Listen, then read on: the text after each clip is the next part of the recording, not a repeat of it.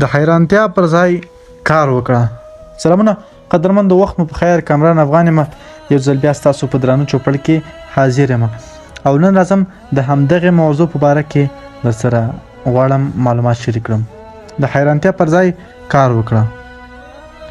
د هارفارد د پوهنتون استاد ډاکټر ریچارډ کابوت په خپل کتاب یعنی انسان باید څنګه ژوند وکړي لیکلی دی: زه د یو طبیب په حیث هغو ناروغانو ته چې د شک او دوزړتوب پر منځ اخته دي نصیحت کوم چې کار وکړي او پر ځان باور ولري.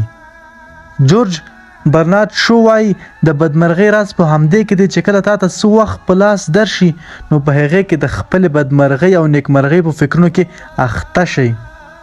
سره له دې چې په دغه اړه فکر کول مهم نه دی، بلکې مهمه دا ده چې باید په کار بوخت اوسئ، ځکه چې د بوختیا په دغه صورت کې وینه په بدن کې جریان پیدا کوي او عقل په تفکر کې او همدغه د ځمکې پر مخ تر ټولو ښه او اسانه درمل دی.